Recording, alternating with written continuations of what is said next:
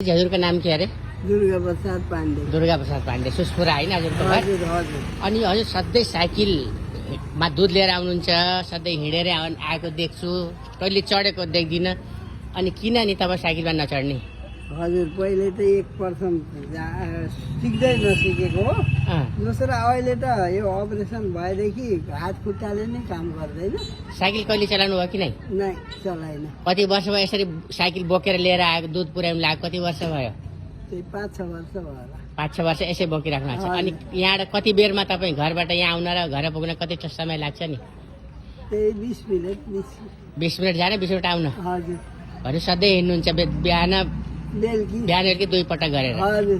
तपाईँलाई रमाइलो लाग्छ, गाह्रो लाग्दैन? नै लाग्दैन। त्यो ओर्ले ल्याउन खोज्छन्, मैले ओर्लाई नदिएर यो आफूलाई कसरत हुन्छ भनेर यो हात दुख्छ, दुइटै हातले समात्दैन, त्यही भएर साइकल लिएर। के को अपरेसन भएको र? यो भैँसीले हानेर पल्टायो। पल्टाएपछि सबैजना यो हातले काम गर्दैन। यहाँ गर्दनमा अपरेसन भएछ।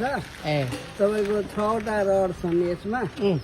यो दुखिरहन्छ, त्यो दिन काट्नलाई साइकल लिएर हिँड्ने। साइकल लिएर बैशाखी भन्दा साइकल जाति मानेर हिँडिराख्ने तर नचढ्ने। नै।